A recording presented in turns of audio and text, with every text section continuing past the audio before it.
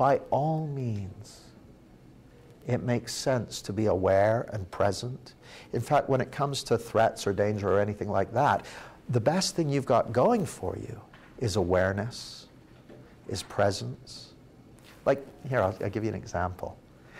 I don't know why I like this example so much, but in the, when was it, the late 90s, a web-based software application called Napster got launched that allowed people to share music files.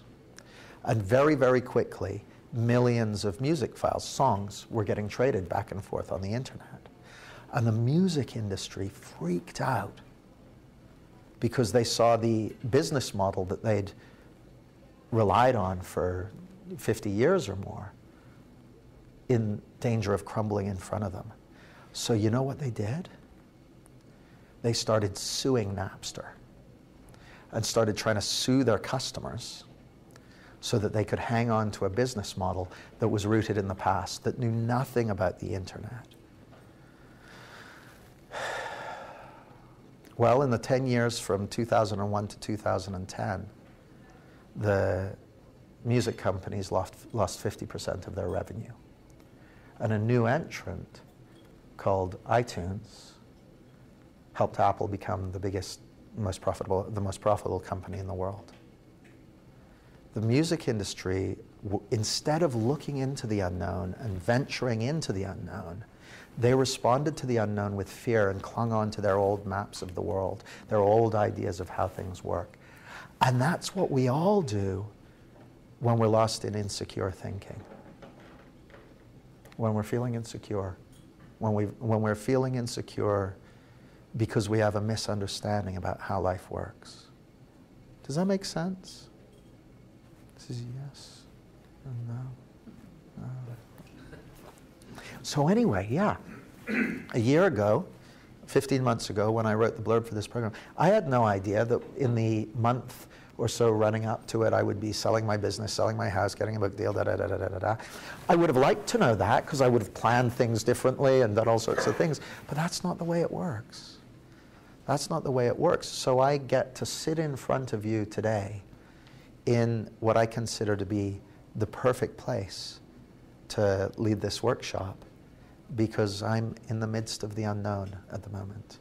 And I can pretty much on a daily basis feel the impulse to reach behind me, grab a chunk of my old thinking, and lay that out ahead of me to make me feel more comfortable about the future.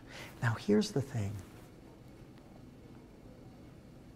I was talking to someone the other day, and they were saying that, I can't remember who it was for some reason, but maybe it'll come back to me. They were talking about sharing the inside-out understanding with coaches and therapists.